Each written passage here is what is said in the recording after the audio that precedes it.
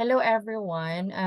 This is another tutorial or a guide for everyone. I'll be presenting here what is about Amazon FBA. So ang Amazon FBA, it's something about like Lazada. Sa ang Lazada kasi 'di ba, they have individual sellers, meron din sila mga professional sellers or yung mga businesses, corporate sellers. So kapag individual sellers ka, you have an option to um even if corporate, you have an option to um fulfill your products to your end customers. So same with Amazon. Amazon is they have fulfillment centers where you can send your inventory to them and they receive it, they pack and then they deliver to your customers with their end logistics. So sila po ang nag-i-store, counter check, nagmo-monitor ng level of inventory nyo, and then nagdi-deliver to your customers. Once you have orders online with your Amazon store, they can directly pick those orders and then pick from your inventory and ship to your end customers. So ang tawag doon is Amazon FBA. FBA stands as Fulfillment by Amazon. So yun ang topic natin for this video. So ito yung aking this is the overview ng isang Amazon Seller Central account. So I'll be, because I'm in the logistics part, so ako po yung nag-handle ng Amazon logistics namin. Every Amazon marketplace namin, like sa US, Canada, Germany, Italy.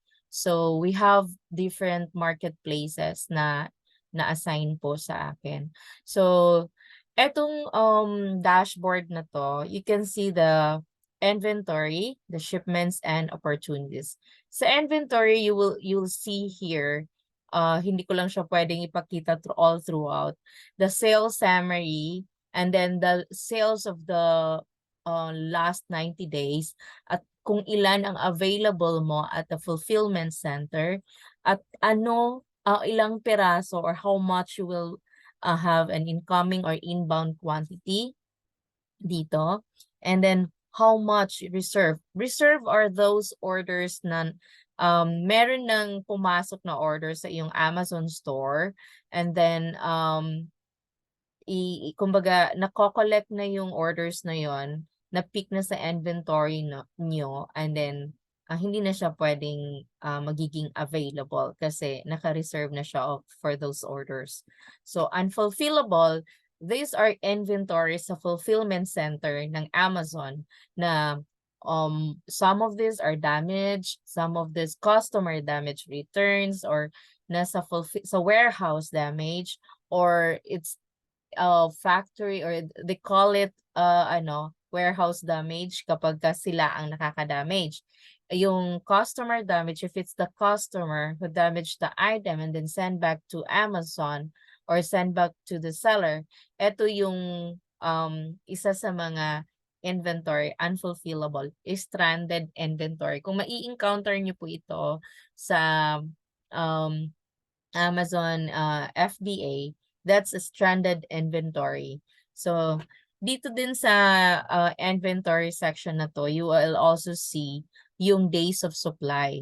So sa Amazon FBA, there's always a lead time of products. So meron tinatawag na days of supply kasi you have to know how long your inventory lasts sa fulfillment.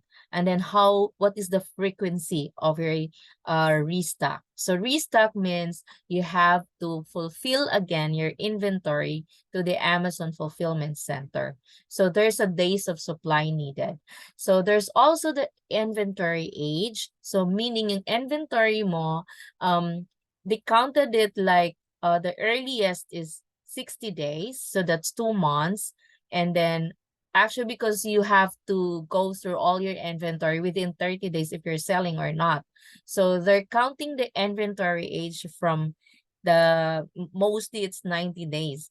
90 days, 180 days, and then 365 days. So kapag yun ay lumagpas na from the 365 days and up, there's an extra storage fee. So every inventory you send to Amazon, there's always a storage fee of each item. So may tinatawag tayong ASINs. So what is ASIN mean? So ASIN is Amazon Amazon's serial Amazon specific identification numbers. Let me correct me if I'm wrong. So yun yung pinaka SKU nila. Yun yung pinaka code of your item in their fulfillment center. Kasi like for UPC barcodes, you have to have your UPC barcodes. When they scan your item there, they assign it an ASIN. So yun yung sinasabi kong parang SKU code. That's the Amazon code. So yun ito yung pinaka pag nagpi-pick and pack sila, they'll have to refer it. There's an merchant SKU, FN SKU. There's also an ASIN. Very important na you have your product is scannable because nasa a big fulfillment center siya. So you have to have a UPC barcode. So yun yung isa sa mga nandito sa tawag nito inventory dashboard na to.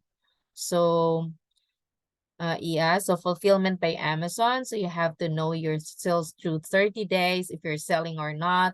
And then you have to know your inventory age para malaman mo rin kung gaano na katagal yung ibang items na hindi nagmo-move. What are the saleable? Ano yung non-saleable?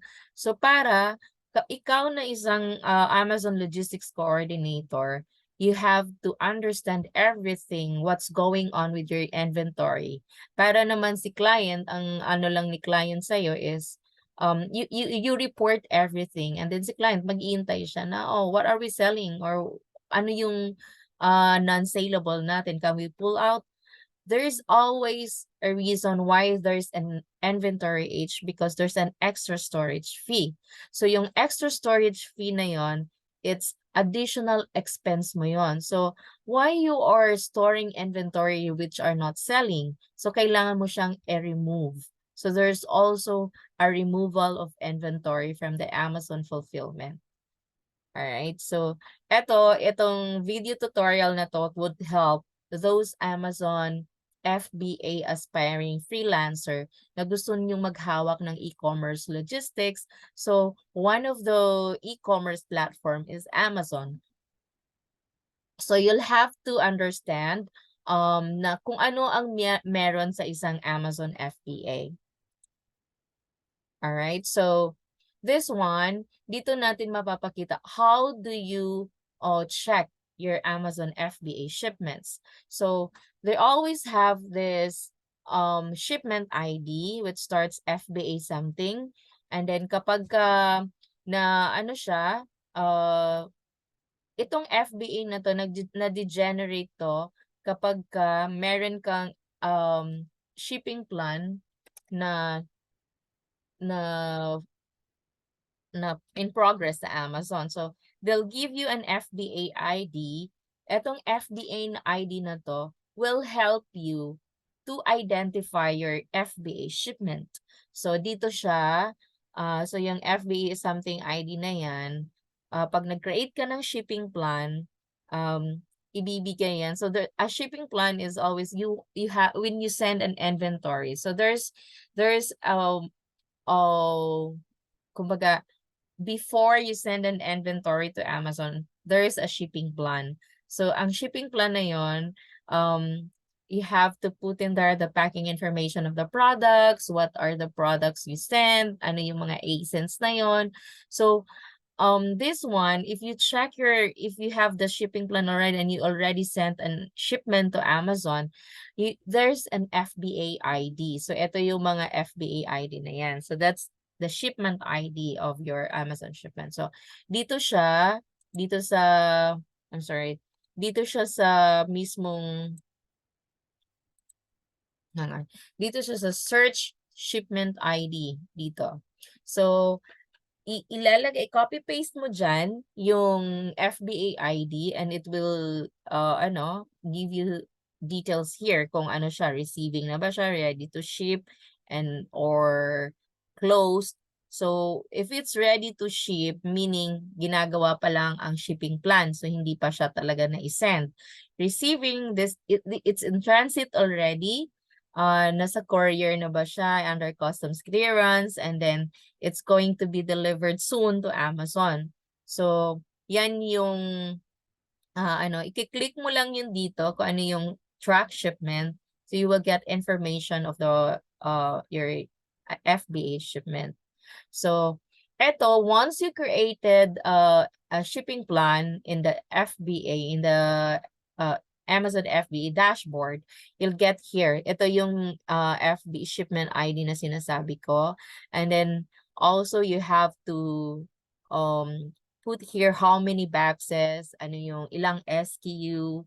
Kasi aside from the ASIN that Amazon um,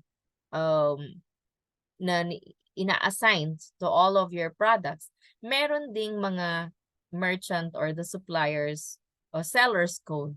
So, yun yung pinaka-SKU natin. So, halimbawa, si Amazon naglalagay siya ng mga code for each item. So, tayo din as seller or si seller din o si client mo rin, naglalagay din siya ng SKU. So, yun yung, like for here, ang nakalagay na SKU niya is NC bundle. So, that's the seller's code or SKU. So, nilalagay din dito while doing the shipping plan, you'll have to know the weight of the shipping bags, the dimensions of the shipping bags, exactly kung ano yung nasa item mo. For example, this one, etong mismong details na to ng item, it's integrated also with your Amazon store. So, hindi mo na kailangang i-type tong details na to. Kapag sinearch mo ang isang tawag dito SKU here, lalabas siya. So, i-click mo lang yan, lalagyan mo lang siya ng quantity on how many you are sending to Amazon. So, yan yung itsura ng pagka-create ng shipping plan. So, here, yan. Pag send to Amazon, you have to confirm your inventory you're sending. So, ito yung pinaka-workflow ng shipping plan. So, there's a confirmed shipping, ano yung courier na ginagamit. So, for this one, kasi this is Amazon US, ang ginagamit dito is, usually this is Amazon Logistics Partner, the UPS. So, gumagamit sila ng UPS and you will see here kung magkano yung shipping cost. And then, itong sinasabi ditong print box labels, once you've done all of the box, the packing information, the packing information of the products of your boxes, mag-generate na siya ng shipping label. So soon I will be showing you kasi ma-overwhelm tayo sa so much information na to. Yung mga labels ng Amazon is the same labels that we have for FedEx, we have for DHL, UPS. So, meron lang siyang FBA shipment ID. Ganyan. So, because this is this is UPS courier. So, ano din siya, kumbaga ganun din siya, halos itsura din siya ng UPS label. Meron lang siyang additional information of the Amazon, like shipment ID, kung ano yung box of, kasi meron silang tinatawag na FBA, bawat box na isi-send mo sa Amazon, there's always a barcode sticker of all the boxes that you send. Kasi i-scan lang nila yon pagdating sa fulfillment center. So, yan. Yan. So, once it's arrived sa fulfillment, sa Amazon Fulfillment Center, you have to check doon sa, di ba, you click the sa dashboard and then sa FB inventory, then sa shipment, then you put your shipment ID, and then you click this section, shipment event. So sa shipment event, makikita mo when does the shipment created, and then kailan siya na-ship out and shows in transit, kailan siya na-deliver to Amazon, kailan siya na-check-in. So be informed guys na kapag ang items delivered na sa Amazon, if it shows status delivered, it's not really received. Kasi iba ang kanilang checking of it's delivered in the fulfillment center but they haven't checked it yet. So kailangan nila munang i-scan yon, the courier status, kung nasa UPS tracking niya, it shows delivered, but then the Amazon fulfillment center people, hindi pa nila na-scan, hindi pa nila na-check. So once it's checked, metatag ka rin sa tracking status mo na it's checked.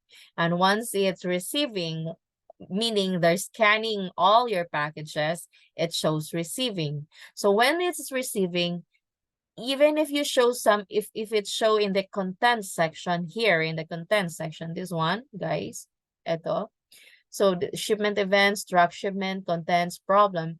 Dito sa content section na yan, kapag nakikita mo na there's discrepancy already of your items na merong na-receive at merong kulang, merong extra units, you cannot create a case ticket.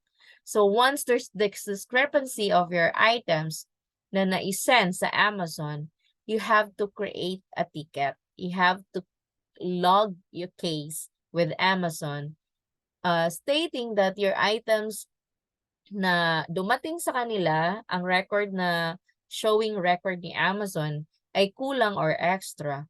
Why you have to check where is extra? Because sometimes you have to confirm it na idinadagdag nila yon sa FBA inventory ni seller or ng client mo. Kasi ibig sabihin na kapag ship out ka more than what it has to be in the package. So kailangan makakount din yon sa seller's inventory side na nagsobra siya ng padala. So halimbawa naman sa mga missing packages, you have to make sure kung saan siya, because Amazon sometimes they claim na hindi namin ito na-receive. You don't have to stop there. Kailangan mong itanong sa Amazon, is it lost in transit? So ako, I rather not to ask them like that. I always say, please reimburse us on these missing units, on those missing units. Kasi sometimes sabihin nila investigations completed and then hindi ka na makapag reimburse. So meaning baka sa kanila during the receiving nawalan. So hindi na maano si client, hindi na magkakaroon ng reimbursement. So every reimbursement, si Amazon nagre-request sa atin or sa client ng proof na you've shipped it, and this is the proof that you've shipped all those products, this kind of products, at kulang ang na-receive nila. And then it's the package information na pinadala ko yan. So Amazon will not take for granted, i-reimburse ka talaga. So kung anong nilagay mo sa declaration of your invoice, yun din ang ilalagay mo sa iyong tawag nito, reimbursement request. Why? Because you cannot reimburse the selling price, because that's the selling price of Amazon. But you have, when you're shipping the inventory to Amazon, hindi naman yun yung price talaga na nilalagay mo sa invoice mo. When you export it to the Amazon fulfillment center, or when sending it to Amazon fulfillment center, talagang ang nilalagay mo lang presyo doon is kung ano yung actual price, not the selling price. So be very careful about it kasi minsan tinag-technical si Amazon. So dito makita nyo how long will the units receive. It's delivered already, it's checked-in already, but it's still under receiving. But you cannot touch any FBA shipments if it's not still fully received. Why? Because the action button in the contents section will not work. So, kailangan mo munang hintayin kung kailan yung sinasabi niya na ma-receive fully ang item. So, tsaka lang, if the status in Amazon shipment is closed, that's the time na fully received na siya. And that's the time you can create or log a case sa Amazon Help Center na nagkulang kami, nag-extra kami ng padala, or also tip po, kapag you tawag nito, inaamin mo na nagsobra ka ng send, there will be penalties to Amazon. So, be very careful na kunwari, hindi alam mo na nag-send ka ng sobra. But you have to make sure na yung sobra na account ni Amazon ay ika-count nila, i-include nila sa FBA inventory. It's automatically added, but you have to ask it because sometimes they will neglect na, okay, you have an extra inventory, because there's a penalty for every seller who sent extra inventory.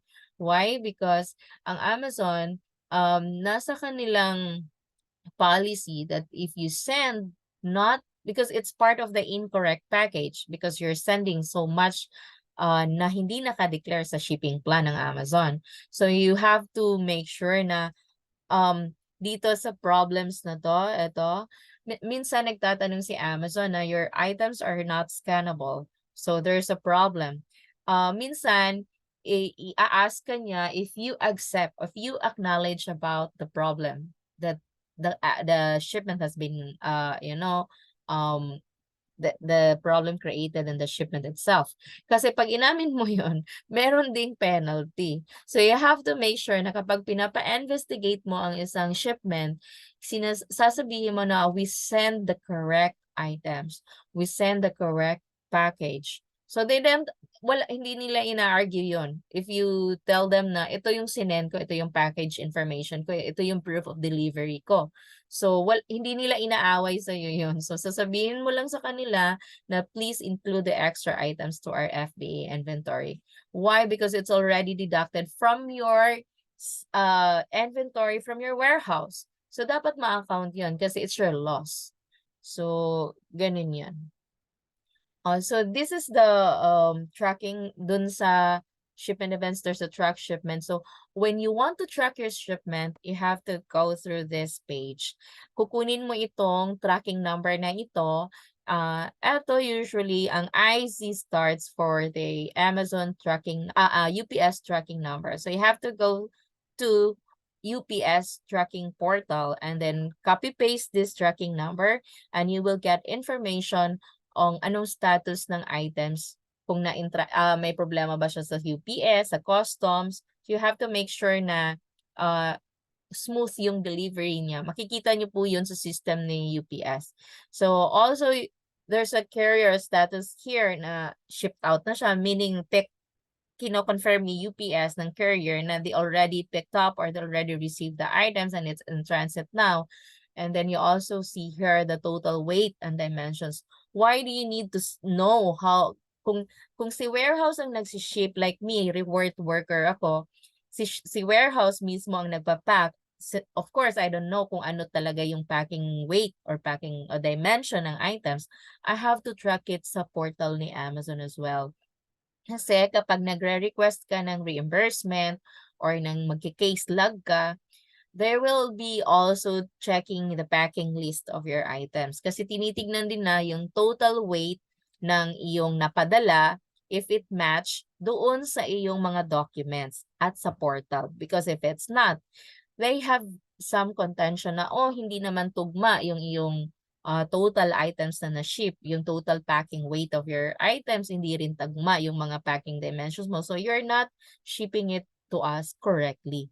There's a problem of your shipment also. And then there's always a penalty for every problem that caused in your shipment. So kailangan very careful ka sa iyong mga case logs, ganyan, kasi kapag hindi ka naman marunong mag-state ng information, kapag inaamin mo lahat na nagkamali, nagka-extra po kami, mali po yung nasa shipping land, there's always a penalty and it's another expenses to your client. So very, very careful about it. Ayan. So, ito yung UPS tracking portal. You will see here, kinopy-paste ko yung tracking number from there sa UPS, sa Amazon portal. So, yan, you just click track. And then, pag kinlik mo yan, ito ang lalabas sa portal. So, it's label created. And then, you will see how many boxes or how many pieces referring to shipper master shipping bags. So, 8 boxes po ito. So, it's still on the way to Amazon. So, hindi pa siya nare-receive totally talaga. And then, makikita mo dito pag out for delivery na siya. Meaning, from the UPS Logistics channel, pag out for delivery na siya, you'll watch out. And then, it will update sa Amazon portal na it's delivered. So, again, kapag delivered na siya sa Amazon portal, it doesn't mean na ready for selling na siya. Always ang Amazon has 90 days o 90 days na. So you have to know your lead time kung kailan ka magpapadala ng inventory, magre-replenish, magre-restock ng items sa Amazon because Amazon has a maximum of checking your inventory before it ready for selling 90 days. So you have to make sure you've prepared everything from your end. You have to know your figures, level of inventory, kasi kailangan hindi ka ma-stock out. Because once you stock out in Amazon, it will cause a lot of issues to your listing. Bakit? Kasi pag nag-out of stock ka, there's a penalty of that. And then, yung rank mo pa sa listing, bababa. So you have to make sure you will not stack out. So importante po ang e-commerce logistics, ang mga logistics coordinator for Amazon. So once maisip nyo po na you'll try to do with Amazon logistics or as coordinator, you have to make sure you'll find out everything kung ano yung makakatulong sa client not to expense more. Kasi expenses na yun eh. You can sell directly to your product directly your products from your warehouse to your end customers. Like you have a Shopify store, you can ship it directly to your customers. But then if you have an Amazon store, it's very important na you have to know your choice. Kung merchant fulfillment ka ba or FBA fulfillment. So far, based on that two, kahit naman mag-merchant fulfillment ka, but if your logistics are very effective and efficient, there's no problem. Pero so far, pag i-compare mo ang FBA sa merchant, FBA is more effective than that. Kasi sila na mismo magpipick and pack and then they'll send it to your customers. You have no worries about picking and packing and then worrying about may customer na tawag nito,